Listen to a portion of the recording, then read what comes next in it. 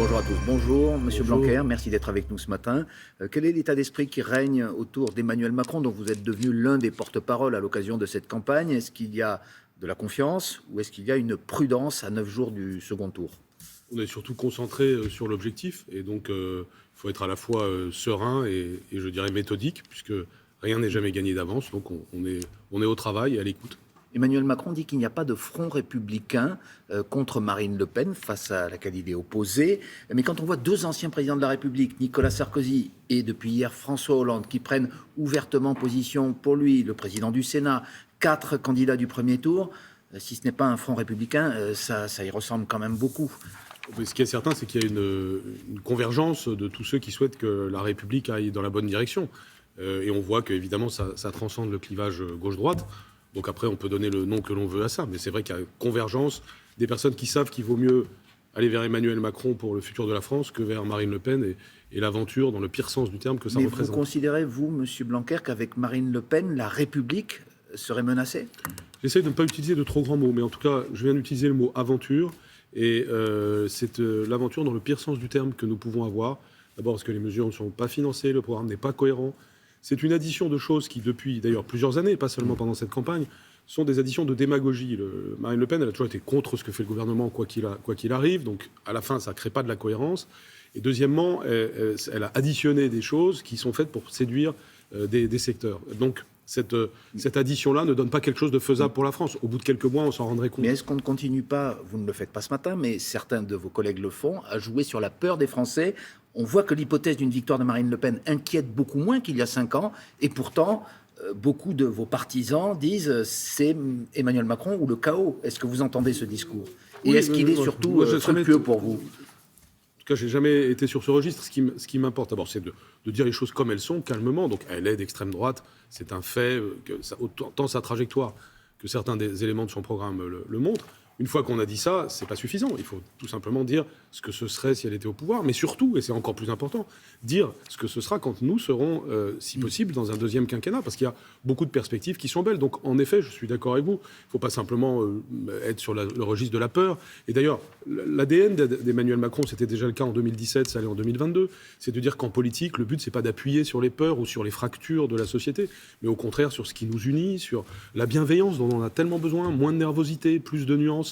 Toutes ces choses que nous devons illustrer aussi dans notre façon de parler de ces sujets. Jean-Michel Blanquer, entre Emmanuel Macron et Marine Le Pen, il y a ceux aussi qui ne veulent pas choisir. On entendait dans le journal à l'instant des étudiants, notamment à la Sorbonne, où il y a eu des incidents violents, mais dans d'autres universités, dans d'autres écoles en France, qui disent ni Macron ni Le Pen. Ils ont, pour la plupart d'entre eux, voté Jean-Luc Mélenchon au premier tour. Qu'est-ce que vous répondez à cette jeunesse qui se défie et de l'un et de l'autre aujourd'hui? Vous êtes le ministre aussi de la jeunesse. Oui, bien sûr.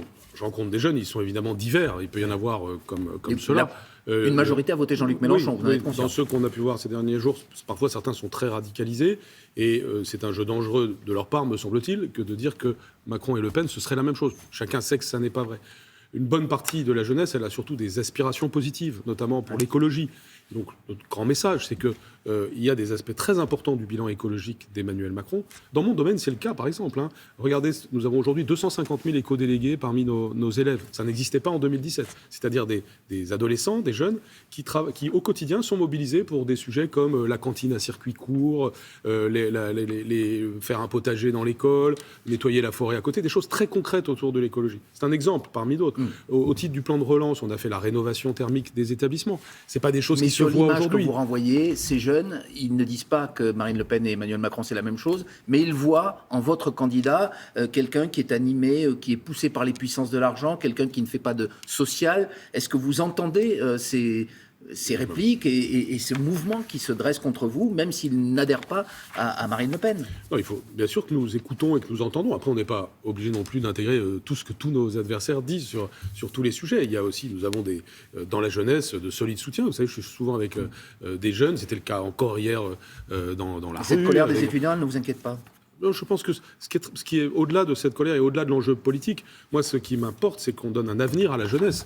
Nous avons fait beaucoup de choses. Vous savez ce qui est en train de se passer au titre de l'apprentissage avec Un jeune, une solution. Ce que nous faisons aujourd'hui au titre du service civique. Il y a 220 000 jeunes en service civique. Ce qu'on a fait au titre du service national universel, il y en a 50 000.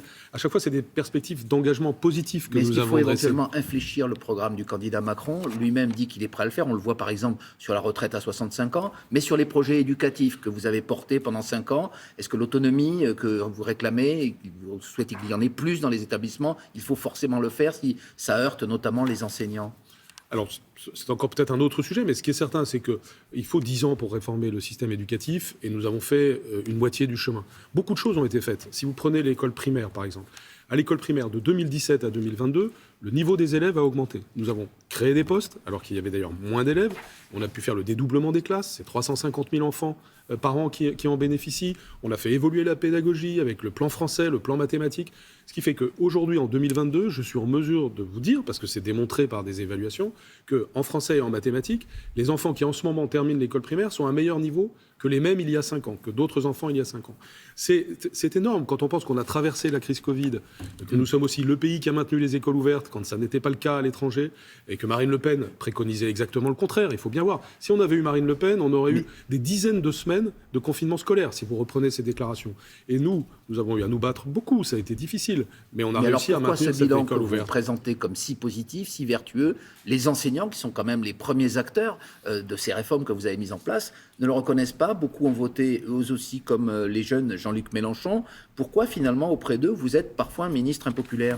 C'est comme pour les jeunes, on peut difficilement dire les jeunes pensent ceci ou les enseignants pensent cela. Une majorité, disons, évidemment pas dans leur ensemble. Vous avez 850 000 professeurs en France, ils ne pensent pas tous la même chose, heureusement, et j'en vois... Mais vous admettez qu'il y a eu des incompréhensions bien sûr, entre vous et le corps enseignant? Est-ce qu'il y a des choses que vous regrettez, par exemple, sur ces 5 années? Il y a plein de choses que l'on peut faire mieux. On a commencé à améliorer le pouvoir d'achat des professeurs, notamment les plus jeunes. C'est 165 € par mois net pour les plus jeunes depuis 2 ans. Nous avons fait cette augmentation qui est importante. Mais c'est pas assez. Et je suis le premier à le dire. Je me suis beaucoup battu, vous savez, pendant ce quinquennat pour que ce soit plus. Et on a eu des résultats. Mais c'est pas assez, bien sûr. Et ça, j'entends complètement cette attente des professeurs. De même, autant on a amélioré le taux d'encadrement dans l'enseignement primaire, autant ça n'a pas pu être possible de faire la même chose dans l'enseignement secondaire. Eh bien, c'est ce qui arrivera dans le deuxième quinquennat. Mais vous savez, c'est des sujets de la longue durée. Très souvent, j'ai eu à prendre des décisions où je n'étais pas populaire à court terme, mais c'était des graines semées sur le long terme. Et à moyen terme et à long terme, vous pensez que vous le serez? Ça, c'est l'avenir le dira, mais peu importe. Mais ce qui est important, c'est d'agir pour la France, Jean-Michel Blanquer, pour l'intérêt général. Vous avez rappelé que les écoles ont été maintenues ouvertes, mais il y a eu beaucoup d'allers-retours, des consignes levées, puis remises, un imbroglio parfois autour des consignes qui étaient données aux enseignants, aux parents, aux élèves. Est-ce que vous ne payez pas aussi ce bilan dans les écoles à la faveur de la crise du Covid? Ce que vous dites, c'est une illustration de ce que je viens de dire. Prenez le déconfinement de mai 2020. Tout le monde a trouvé à l'époque que le protocole était lourd, mais c'était le prix à payer pour pouvoir rouvrir les écoles, parce que dans le même temps, il y avait beaucoup de peur aussi autour de ça. Eh bien, grâce à ça, on a pu réouvrir à ce moment-là, être prêt pour la rentrée suivante, ce qui n'a pas été le cas de la plupart des pays qui nous entourent. Donc, bien sûr que j'étais extrêmement impopulaire de faire ça à ce moment-là, mais c'est grâce à ça que nos enfants ont pu retourner à l'école. Mais est-ce que vous la payez, cette impopularité? Et est-ce qu'Emmanuel Macron la paye aussi avec ce... Impopularité, encore une fois, toute chose égale, il faut quand même regarder ce qu'il en est. Tous les professeurs ne pensent pas la même chose. Et dans la société française, beaucoup de gens ont salué le fait que nous ayons maintenu les écoles ouvertes. Donc non, je ne dis pas qu'il y a une impopularité vis-à-vis de certains, oui, vis-à-vis d'autres, non. Et il faut expliquer, il faut aussi écouter, parce que je ne dis pas du tout qu'au cours des 5 années, tout ce que nous avons fait, dans ce domaine comme dans d'autres, a été parfait. Il faut bien sûr infléchir, écouter. À l'Éducation nationale en cas de réélection d'Emmanuel Macron? Non, vous savez, moi, je suis à disposition du président de la République, du service de l'intérêt général. Je suis candidat à rien du tout. Et le sujet n'est absolument pas celui-là aujourd'hui, de savoir s'il faut me maintenir là. Ce qui est certain, c'est que déjà, ça n'était jamais arrivé que quelqu'un reste 5 ans. Il a fallu parfois tenir la barre. Candidat à rien du tout, vous avez dit. Oui, même pas aux législatives. Peut-être le serais-je, mais c'est pas le sujet aujourd'hui. En tout cas, c'est important. Ça oui, c'est intéresse possible les que je le Français sois. aussi. Bien sûr, c'est normal de se présenter à des élections. C'est en aussi le respect qu'on doit avoir pour les Français. Vous le verrez, mais vraiment, c'est pas aujourd'hui. Je suis absolument pas concentré sur ce sujet. Là, actuellement, c'est d'abord ce que j'ai à faire au titre de l'éducation nationale. Encore maintenant, par exemple, l'accueil des enfants ukrainiens. Et puis, évidemment, soutenir le président de la République sortant. Pour ces 8 derniers jours de candidat campagne. pour ces 8 derniers jours de campagne. Merci beaucoup Jean-Michel Blanquer, ministre de l'Éducation nationale, pour encore quelques semaines. Merci et Merci bonne à vous. journée.